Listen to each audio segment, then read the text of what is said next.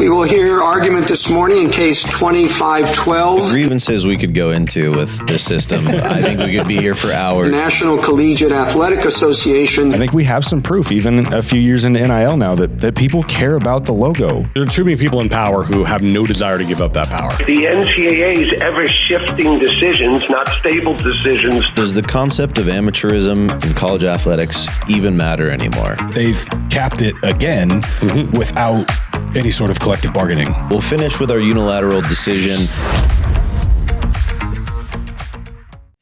Hey everyone, welcome back to another episode of Unilateral Decisions. Today we're talking about something that I thought was clear-cut and made sense to me, and now I've got no clue.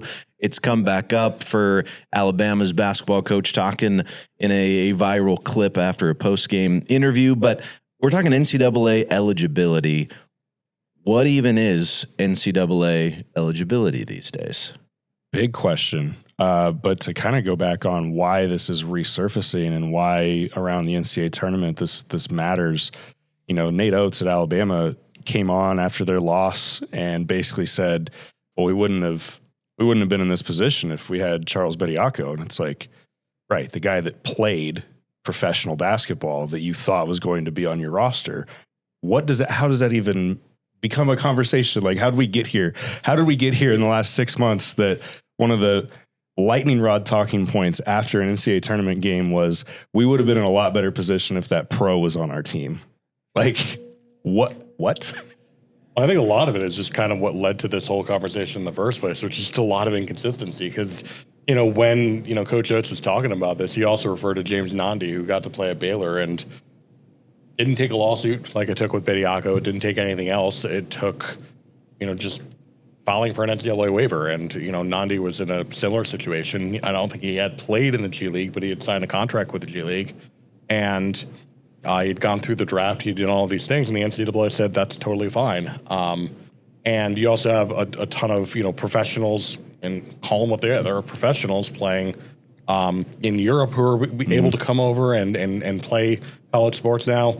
I mean, really a lot of these things are flipped, and I think Coach Oats is very justified in a lot of ways in saying, why is this situation different? Where is the line? And I think that's what a lot of people are wondering. Like, is the line actually like you play games in the G Leagues, you play games professionally, because it's not where the line used to be, that's for sure. That kind of goes back to one of the things we talked about, you know, a few episodes ago. I brought up the USGA being able to establish their own rules, and their rules of amateurism trump, you know, the NCAA rules that are in place. And I asked you the question if it would be possible for each professional organization to establish their own rules of amateurism, and that could potentially allow the NCAA to just be the entity where amateurism, amateur competition is what exists. But I think we've had a lot of conversations about how we kind of got to this point, but we haven't gotten to have the conversation about why this isn't simpler. I bring up the golf example because the NBA could establish its own amateurism rules. I don't know that it behooves them to say, yeah, we're going to fix this for the NCAA in basketball, but the NCAA is an organization. The rules are set, you know, by the membership, and we all agree that these are the rules. To become a lawyer, you don't just go to school. You have to pass the bar. Like, the governing body, this is what it means to be a lawyer. Like, my wife is an occupational therapist. She has to pass a test to be able to practice. They establish what the rules are. Why isn't it as simple for the NCAA to say, these are the rules. If you want to be a D1 institution, these are the rules you have to abide by, and everybody that you sign is abiding by the same rules. Like, why isn't it that simple? And the answer is, and it's a great question. It's a really, really good question. I get this question very, very often. I see this question on Twitter and social media very, very often, and it's a very fair question, and especially given that we've had decades leading up to this of you know, the NCAA being able to establish its rules, being able to enforce its rules, being able to have a lot of freedom and flexibility when it comes to these rules. And you also see it with other organizations as well. You see, you know, I just saw, you know, conversation on Twitter where it's like, well, why can't we do what FIFA has been doing for decades and have transfer penalties and have transfer fees? Well, the answer to that is kind of a similar one, because I think what a lot of people don't know is that the European Court of Justice actually ruled in the Diarra decision a couple years ago that FIFA's transfer fee rules are also illegal. But similar kind of issues to the NCAA. But the answer, and the answer is kind of in kind of a curious thing, where the NCAA has done a lot to position itself as being different than professional sports, as being, an educational opportunity, kind of the path to getting a scholarship. And it's done a lot of good work doing that. It's really kind of made itself and really used this in legal arguments as well, and saying, we are a unique product. We are a unique labor market. We are a unique thing. But the flip side of that is that it's a lot easier to say we are also a monospony, which is kind of the labor side equivalent of a monopoly, where yes, there are competitor leagues like NJCAA and the NCCAA, Christian, the NIAA, of course. I have trouble with these acronyms, but they're so much smaller. They control so much less of the market share. And especially when we're talking about high-level college basketball, where you have kind of this dual opportunity, as the NCAA sells it, this dual opportunity to not only play at kind of the highest levels and showcase yourself to, especially for football and basketball and really all the sports, to showcase yourself to the pros. The NCAA is it. NCAA Division I is it. They control the market in that area. So you're able to say this is a monopoly environment. This is all of these, all these teams coming together, and creating these rules, contract combination or conspiracy under Section 1 of the Sherman Act, and therefore keeping athletes out of this market is a violation of antitrust law.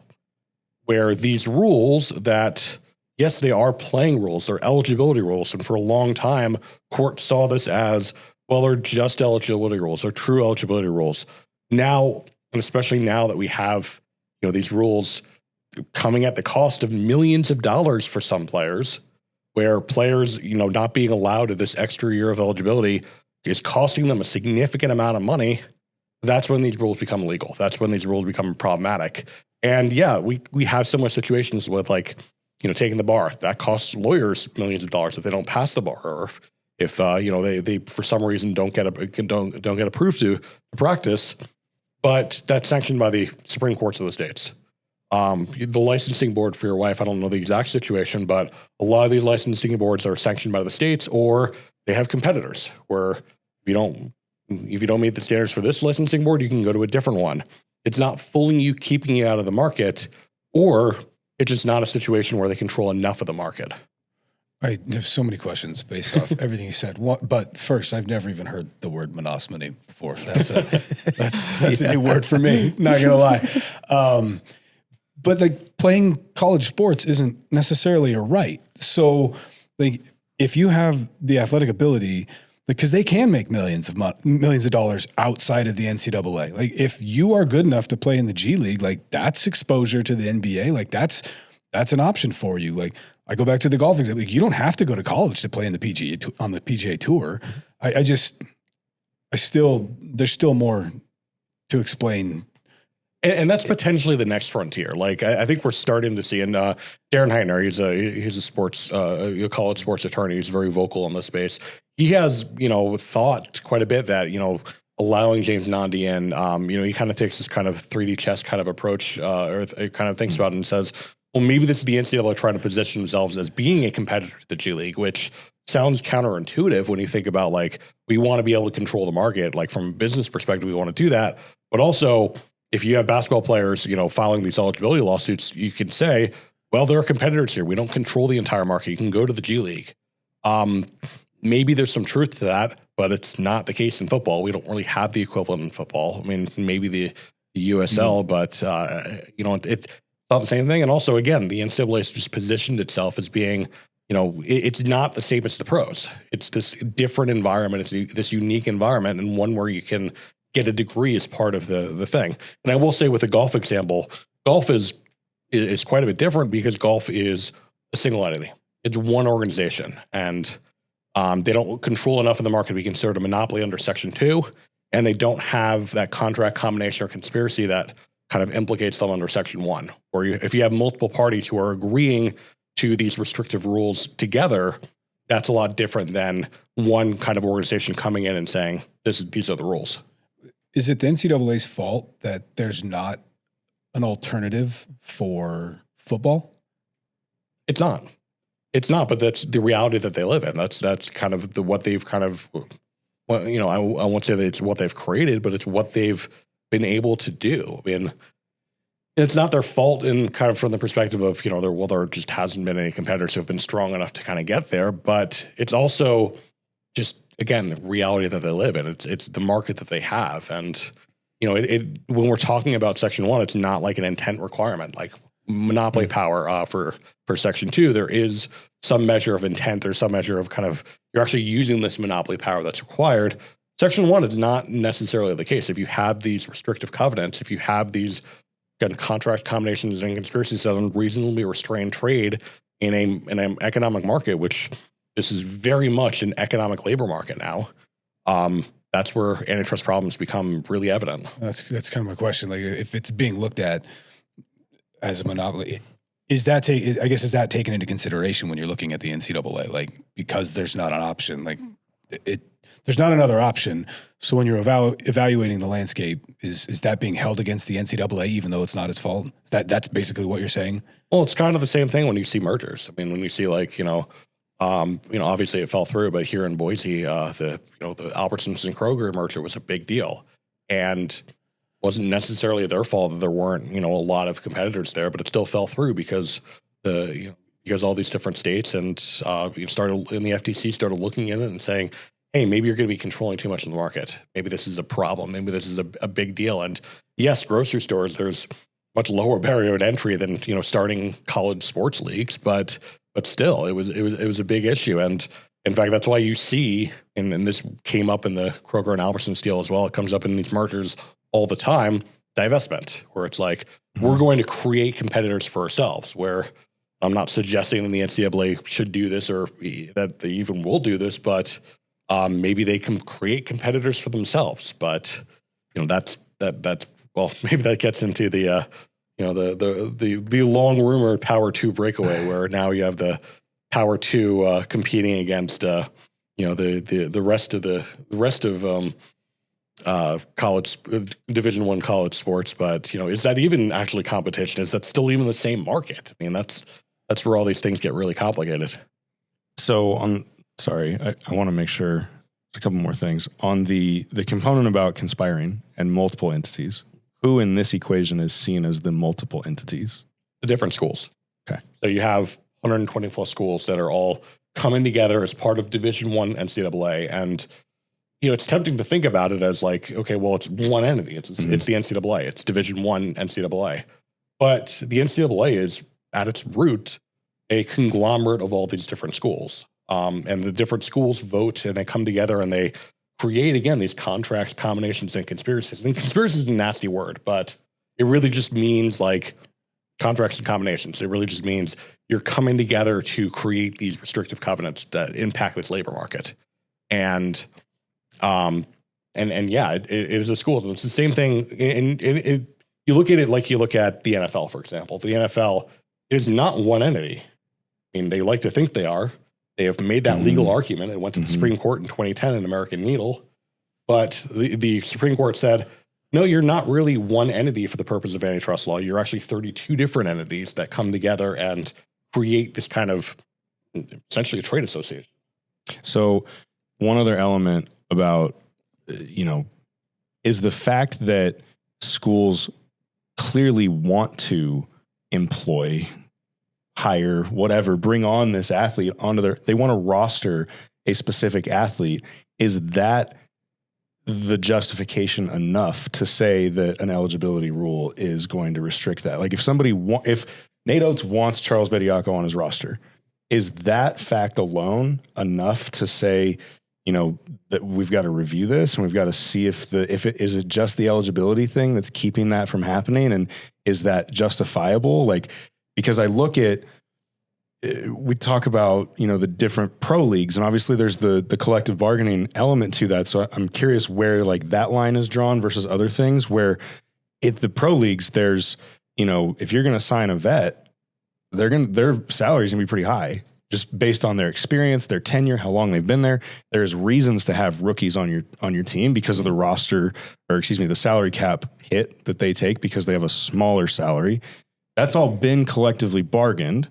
Is that why it's acceptable, or does that sort of system create this opportunity where it's like it's going to be harder for a team to look at a 15-year vet and say, yeah, I want him on my roster because he's going to cost us more, but it's enforceable because it's been collectively bargained, or it's enforceable because there's really no argument that now, nobody really wants him. So like it's okay.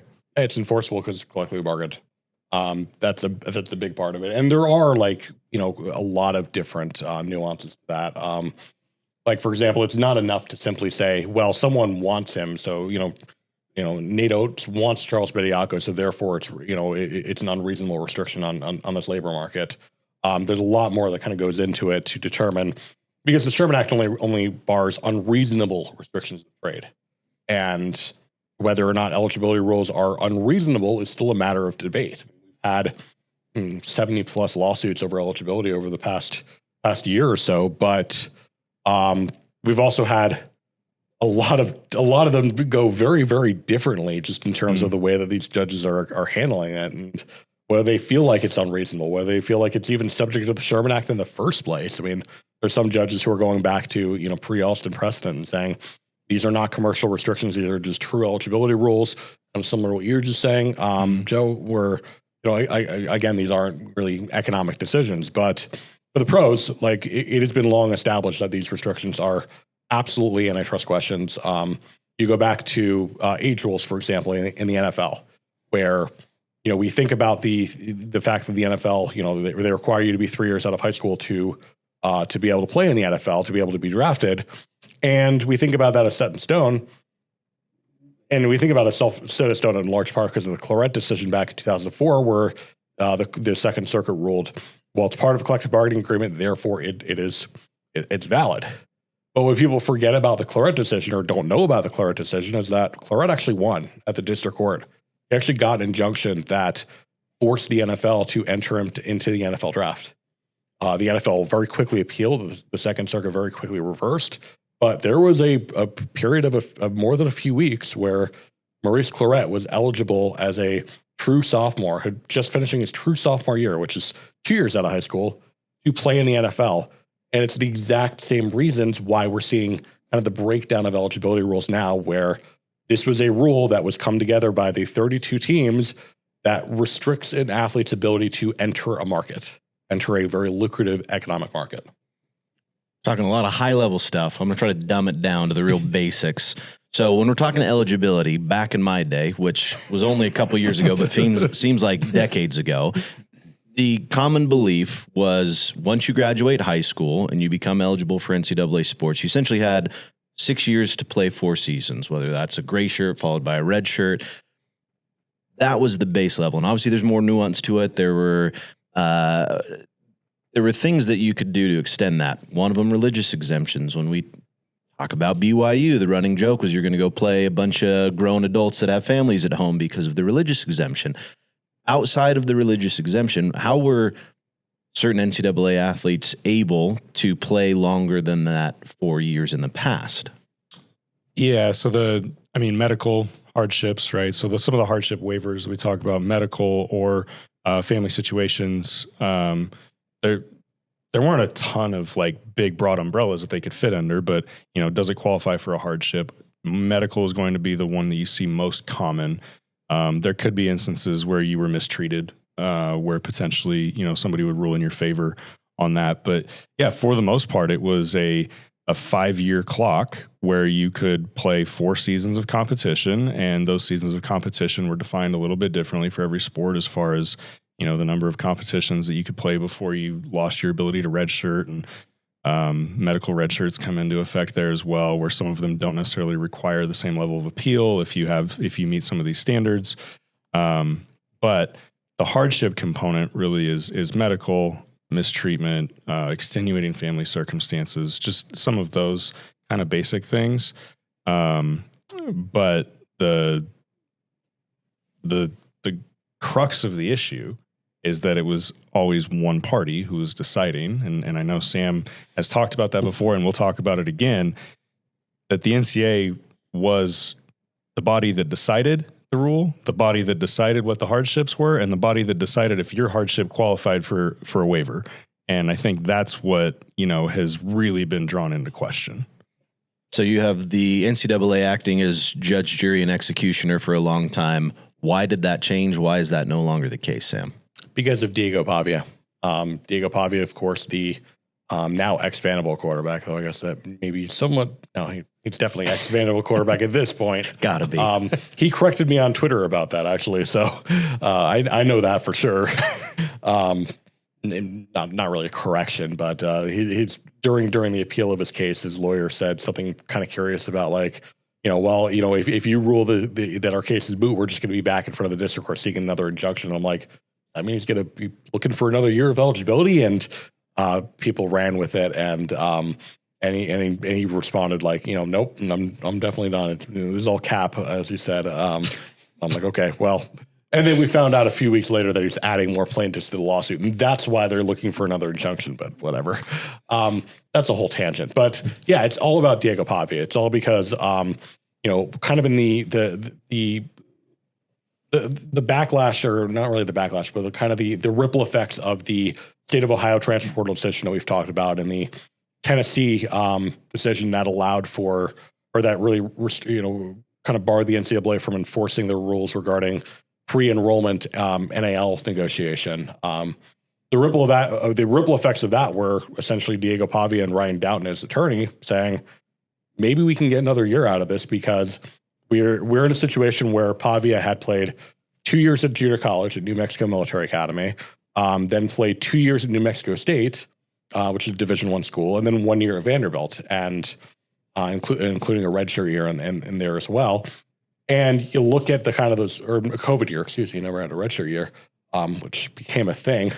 But you look at those years, and it's kind of like, kind of that one of these things is not like the other type of things, where you look at the junior college years and you compare that to playing in the SEC, and you're like, this is a completely different ballgame.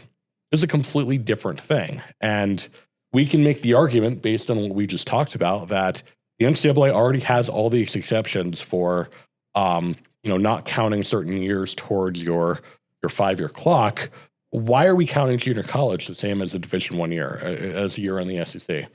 Why does that make sense? How does that make sense? And that's primarily what he based his argument on. He also talked about, there is competition between, kind of ironically and kind of, considering what we were just talking about, it was kind of an ironic argument that was accepted. There's competition between the NCAA and the NJCAA, and the NCAA is essentially favoring itself by allowing athletes to play, 5 years in, 5 years in the NCAA. But if they play in any other league, it takes away from that clock. So you're incentivized to only play in our league.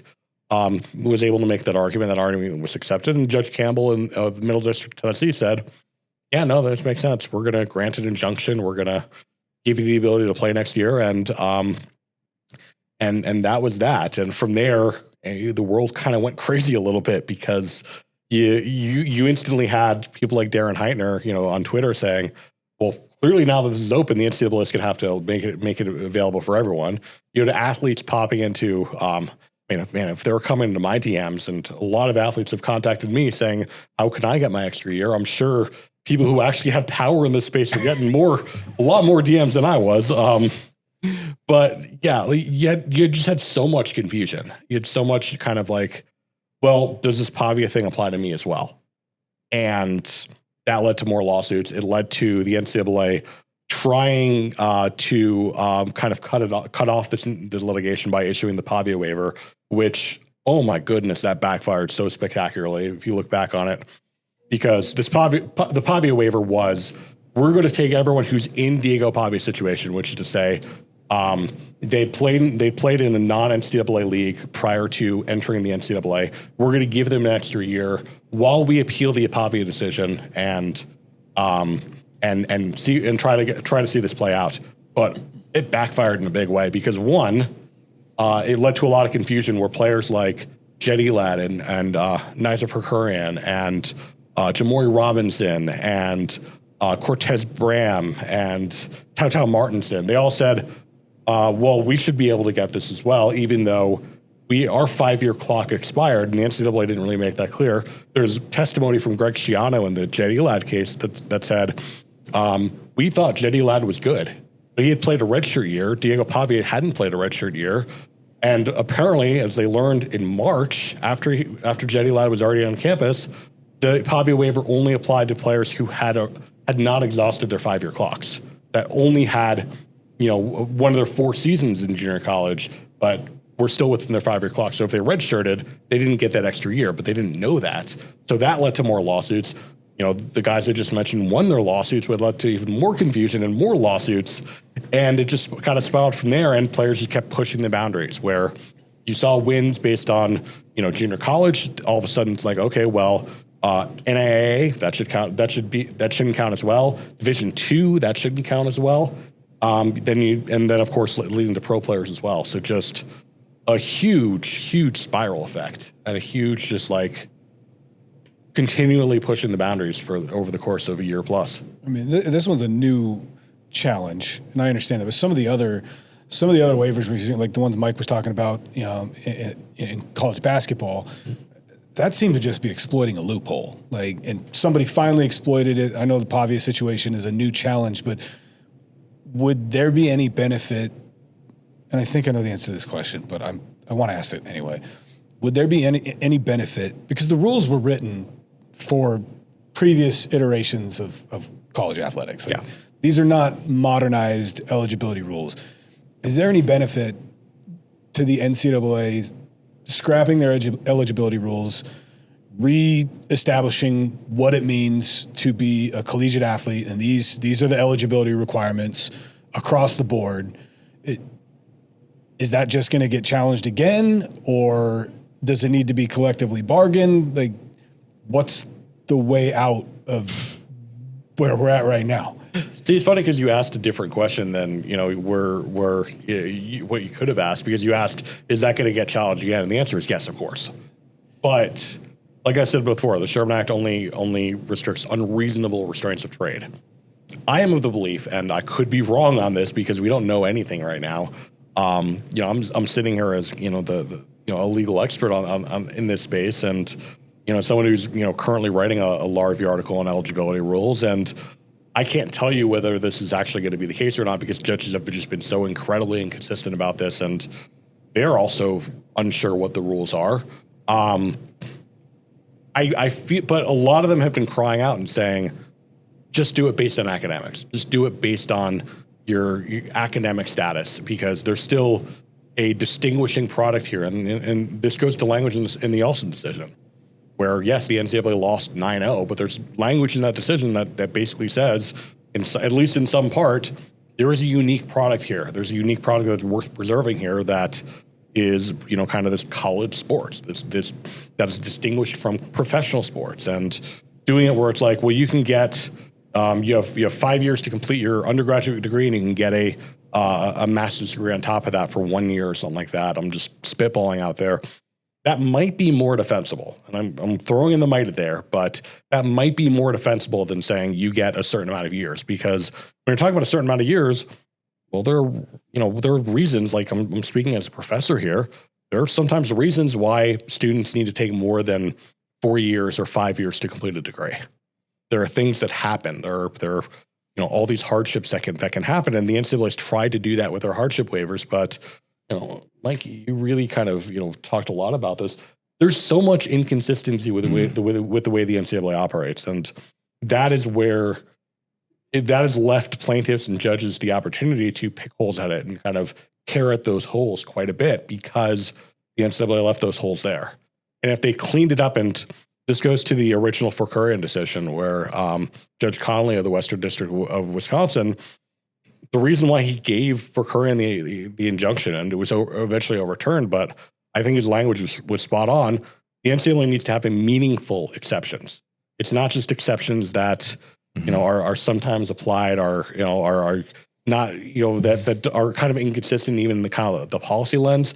They need to have meaningful exceptions that they actually do enough to non-arbitrarily enforce. So non-arbitrarily enforced, like you've talked about this quite a bit.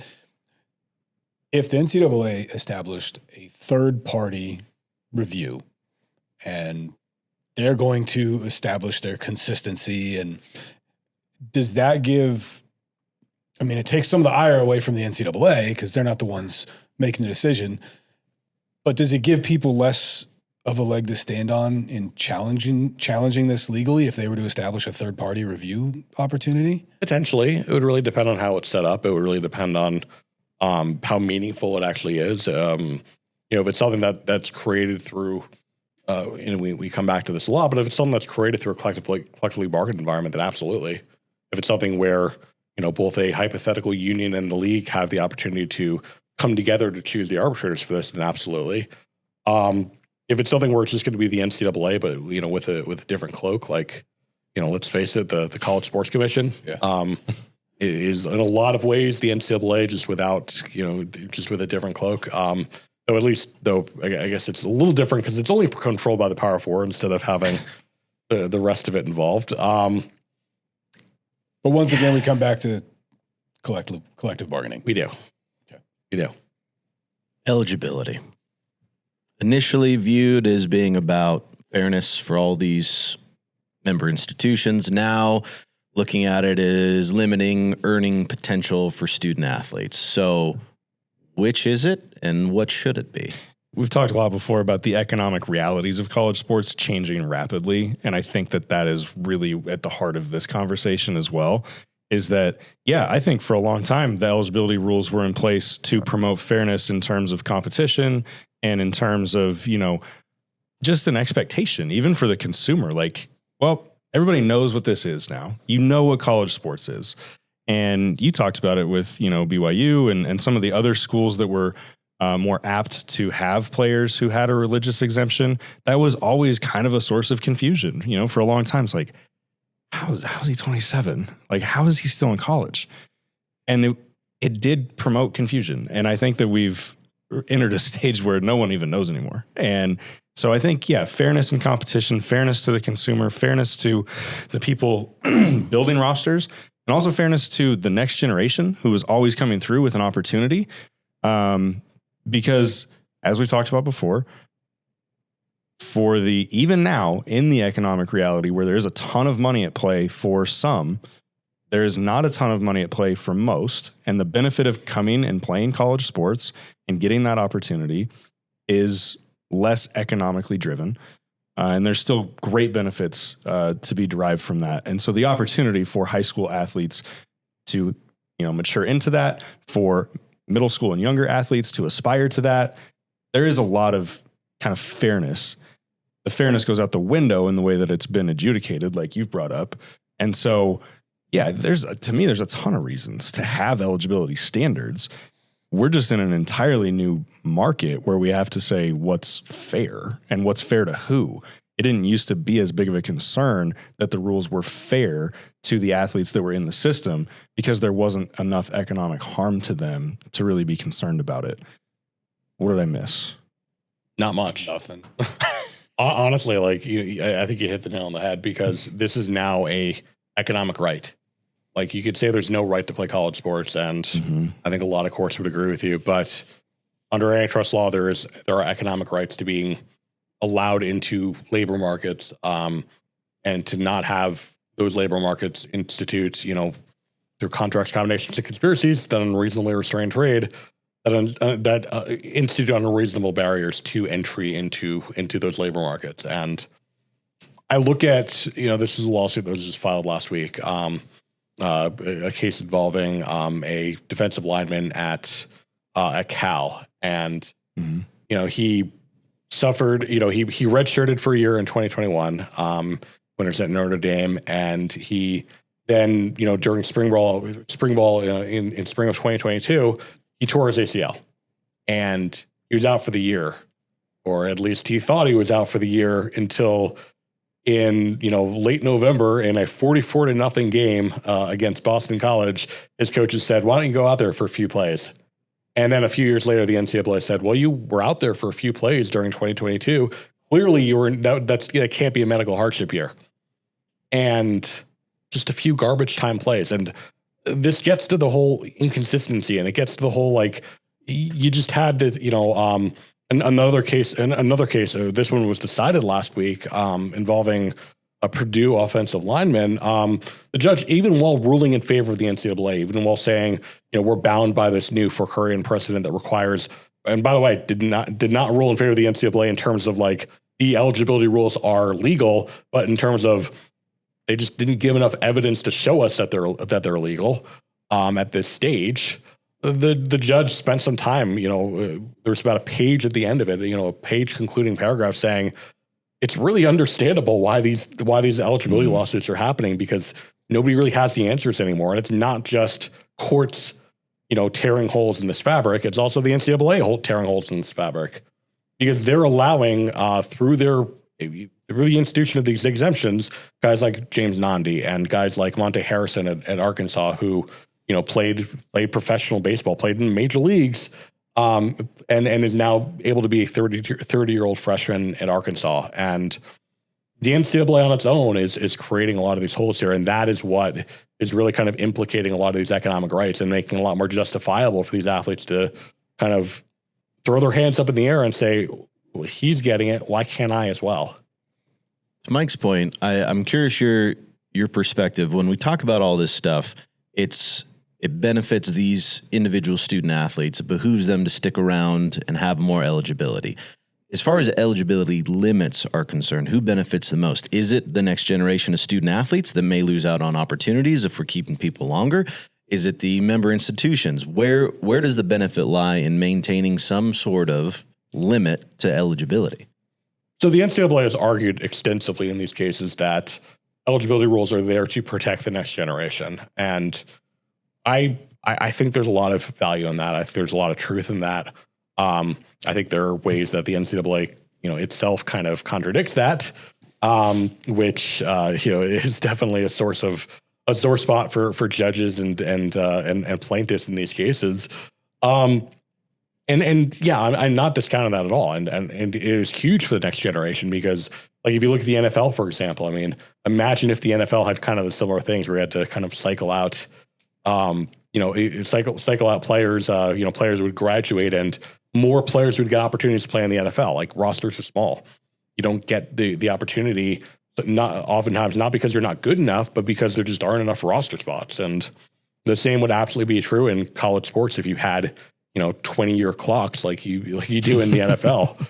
But also go back to something Mike said before, where when he was talking about the NFL, it's like, well, there's a lot of value to teams having rookies instead of veterans, because veterans are more expensive. And that is an argument that's being made in these antitrust eligibility cases as well, where it's like, actually it's really beneficial to the schools to continually cycle out players, because a guy who's been playing for a few years and has established himself as this major star and is able to go on the transfer market and transfer portal market and say, I did really well at this school, Duke, for basketball, for example, Duke, North Carolina, Alabama, all these different, high value schools make me an offer. Mm-hmm. Like, that is an incredibly competitive environment. And it's the reason why, these numbers that you hear in college sports about, in football, $40 million rosters, you look at, which ones are $40 million, and a lot of it's transfer portal. A lot of it's guys, a lot of it's teams that are picking up guys out of the transfer portal. So also a lot of value to teams themselves to cycle out players and have freshmen, because freshmen are, generally speaking, a whole lot cheaper.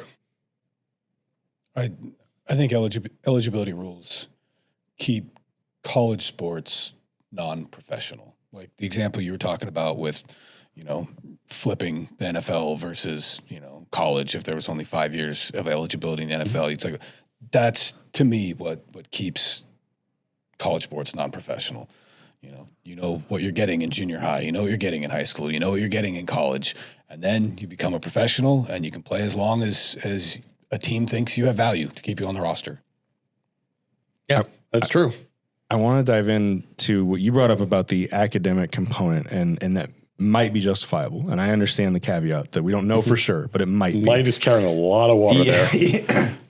But I'm curious to explore a little of how it could actually be structured and what blurs the line of what's defensible, what doesn't blur the line, and like kind of what approaches it.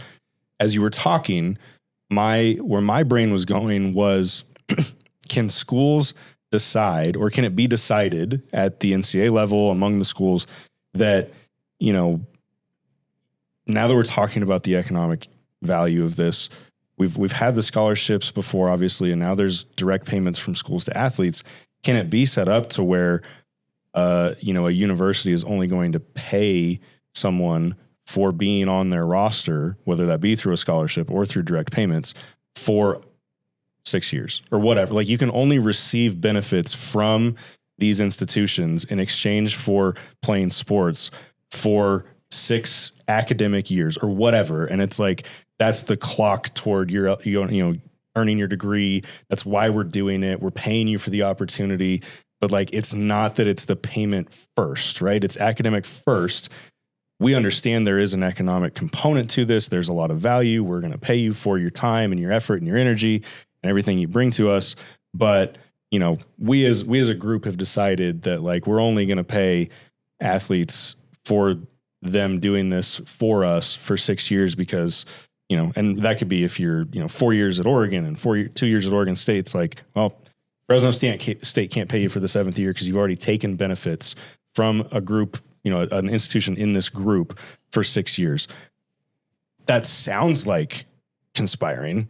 So I don't know where the line gets drawn on what's okay about an academic component versus the economic component. Well, those are two different questions. And I'll say, like, for what you're saying, the key words in your sentence were, we as a group decided, because that's where the contract combination or conspiracy comes in. But the Sherman Act, and I've said this a few times, the Sherman Act only restricts unreasonable restraints of trade. The way, and this goes a little bit into the weeds, but the way that's kind of looked at is we look at the rule of reason. It's a 3-step process, but the crux of it, the very bare bones part of it is, we're going to balance the anti-competitive effects, which is the restrictions that are being placed, like the harm that's happening to the person trying to enter into and compete in this labor market, versus the pro-competitive benefits. And a lot of courts have accepted, keeping college sports as college sports to be a pro-competitive benefit. The question is whether that pro-competitive benefit outweighs the anti-competitive harm. And certainly, if you're taking pieces out of that Jenga puzzle and making that pro-competitive harm, or that pro-competitive benefit significantly weaker by saying, well, we're also going to allow, players who have, already, completed, 1 degree and plus another master's degree, and we're going to continue to allow them to play, even though they're just playing at kind of this, or even though they're just, taking this, kind of useless online master's program, where, why they're really there. Yeah. Like, that pulls pieces out of that makes that pro-competitive benefit significantly less defensible.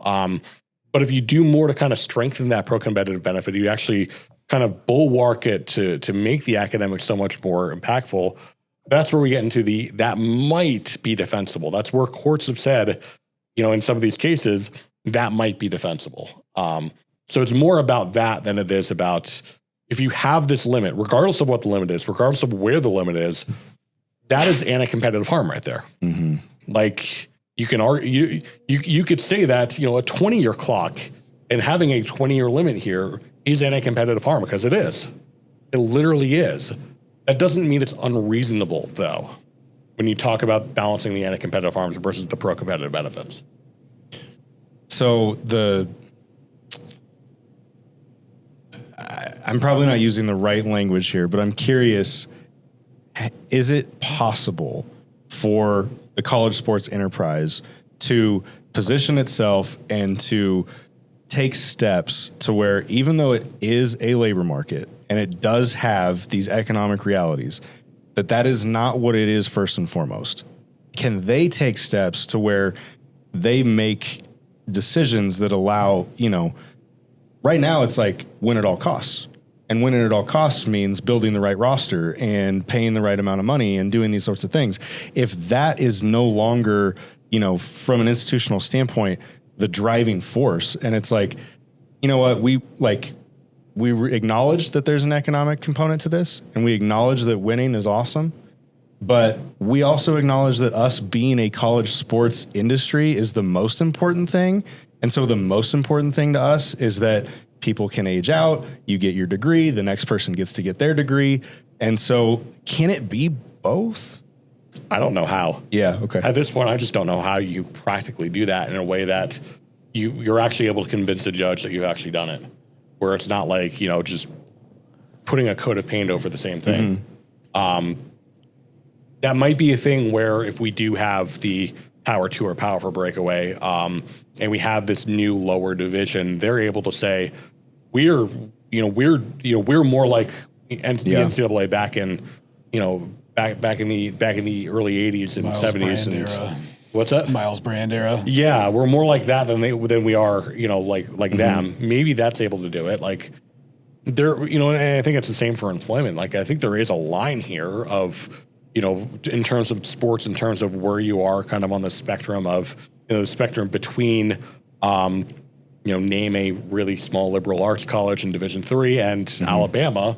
There's a line on that spectrum where it's no longer kind of this quasi-professional sports league, which is what the top level of college sports is right now. Like you say, well, it's the difference between college sports and professional sports. At the top level, there's no difference right now because the players are getting paid and there's sponsorships everywhere and it's just money. But yeah, I just don't know how you put the toothpaste in the tube. There are ways to make eligibility rules enforceable. Collective bargaining is one. There's an argument. What's that? There it is. Yeah, That's the answer. Collective bargaining is one. Is that a reasonable, feasible solution? That is a very fair question. And I'm not going to sit here and pretend like I've been very vocal in the opposite direction. There's a lot of barriers to collective bargaining, both legally and practically. But there's also an argument, and this was bolstered somewhat by maybe some language in Alston, a lot of people have taken and run with it. I'm not terribly convinced, but the Choi v. Brown University case will give us a lot of clues here. Maybe the SEC has their own eligibility rules, and the Big Ten has their own eligibility rules, and they compete with each other. So we don't have that monopoly problem. I'm gonna have to look that up after the show. There's another word you said that I've never heard before either. So it's actually real simple. It's just monopoly on the labor side. Yeah. When you say it like that, it makes me feel real dumb, Sam. I appreciate that. But yeah, and like there's been a lot of argument. There's been a lot of debate about like if these individual conferences were to have their own eligibility rules, like that might be defensible under antitrust law because we have this competition here. And then and the third solution would be finding that line on the balance between the anti-competitive harms and pro-competitive justifications. But boy, is that hard to do when judges are all over the place. Because you might have one judge say, "Oh yeah, no, this is exactly where the line should be," and another judge say, "No, actually, I don't see it that way." it's whatever benefits their local institution the most, right? I think that's a little overblown, but Is it though? Me and several thousand people watching this was one of the more surreal moments of my entire life. Watching the judge on YouTube with a bunch of Ole Miss fans and other college sports fans, watching the judge render the shameless decision, unbelievably surreal. There might have been some favoritism, a little bit of favoritism there, maybe, but I don't know. I think a lot of that's overblown. All right. Well, we're already pushing our time limit here on the show, so we're going to wrap it up with our unilateral decision of the day. Eligibility. Is that the right of the athlete or is that the right of the system, and why? So it is, I straddle the fence only slightly on this. It is first and foremost a right for the athlete. We've entered that reality because of the economics, and we've talked about that. I still believe firmly that college sports, we want to say it's a free market. We want to say that, like, well, just let the market decide. I still really believe that that's not quite the truth. I believe that because the system is so propped by subsidies, both public and, federal and state, and also so much of the donor-led giving is tax advantaged, that it is so massively subsidized that I don't think it truly is a free market yet. I think that if you were having to make decisions based solely on what's our broadcast revenue, what's our ticket revenue, what's our corporate sponsor revenue, I think that a lot of these things would be different. And, you could have this free market conversation and allow the athletes to make whatever they're worth making, because there'd be a pretty definitive line of what are they worth. Right now, you can just go out and ask for more money. We've talked about it. Like, there's the $20.5 million cap, which is irrelevant at this point, and everybody's pushing back on it, saying we don't want it. Because they can $20.5 million cap? Oh, sorry. Yeah. There's a suggestion. Because somebody can just go ask for more money. And somebody can give that money in exchange for subsidized benefits, and benefits not only in their taxes, but also like the things that they get to do, the access that they get, which is subsidized. Like, these are, state-owned facilities to a lot of degree. And like, there's just so much behind that I have a hard time being like, yeah, that's a real business. And they're making real decisions about how much those players are worth. And so you have to find a way in that system, in that public system that is subsidized, that has these different advantages that most of the private sector doesn't. There has to be guardrails around it. There has to be ways, because otherwise that system doesn't, like, it falls apart. So yes, and I'm glazing over the fact that I do believe that it is an athlete right first, because I do believe that. But at the end of the day, there's got to be a way that these schools are given some guidance on how they can operate. And it's not just the schools; it's the state houses, it's everything else that goes into it. That people have a vested interest in the success of the university, and they have all these levers they can pull that just make it not quite a free market. And so it's a little bit of both.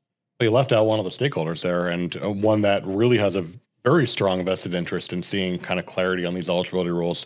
That's the athletes themselves. Sure. Because at the end of the day, like, the athletes want to know how much time they have. They want to know whether they do get that extra year. And right now there's just a lot of very justifiable confusion about that. And to answer your question, Dom, and for, kind of my unilateral decision, it used to be the right of the NCAA to define its product. It used to be. That has completely left the building, where they've let it get away from them. The schools have pushed it away from them. However you want to make the case, but it's no longer kind of the right of the NCAA to define its product anymore. Right now, there's conversations that are being had in courtrooms, and to whatever extent this matters in the halls of Congress. And so, as we talked about last week, but the fact of the matter is, now that we have, and regardless of whether or not it's a free market, a truly free market, I don't think that's necessarily material to this conversation. I think it's the type of thing where it's like, because they're getting paid, regardless of how they're getting paid, because these athletes are getting paid, they have an economic right under antitrust law to be able to fairly compete in this market, to not have unreasonable restraints placed on them. And that's where the crux is right now, and that's where the rub is right now. And trying to figure out what is reasonable is going to be an enduring challenge over the next several years, provided we don't get federal legislation, which fair assumption. Joe, Collective bargaining. That solves everything. It does, though. I will say again, it's one of those, like, you guys know that meme from South Park from the Underpants Gnomes episode, where it's like, step one, collect underpants. Step two, question mark. Step three, profit. There's still a lot of that when it comes to collective bargaining. Well, but what's the alternative? The alternative is to continue to litigate this at every step of the way, or to have Congress intervene and establish rules for you. And so it's really, continue to litigate this. Yeah. Or collectively bargain. Yeah. Every time we talk about something, like, what could solve this? Collective bargaining is one of the answers. For the record, I do not disagree. Let's figure that out. You look at the NFL. I mean, I go back to the Claret decision I mentioned earlier, and it is such an important precedent for exactly what college sports is facing right now. You go back to Major League Baseball in the 70s, where you had the Messersmith and McNally arbitration decision that threatened to tear a hole in all of Major League Baseball, because all of a sudden the reserve clause is dead and players are Boy, this sounds familiar. Players are free agents every single year. I wonder where else that happens. Mm-hmm. And the answer was collective bargaining. It just, the question of how to get there is definitely an enduring question. Let's start investing our time there. Yeah. Well, today it's lawsuits. Tomorrow it'll be more lawsuits. By the time we have our next show, who knows how many tens of hundreds of eligibility cases will be talked about. But either way, that does it for this episode of Unilateral Decisions. We'll see you next time.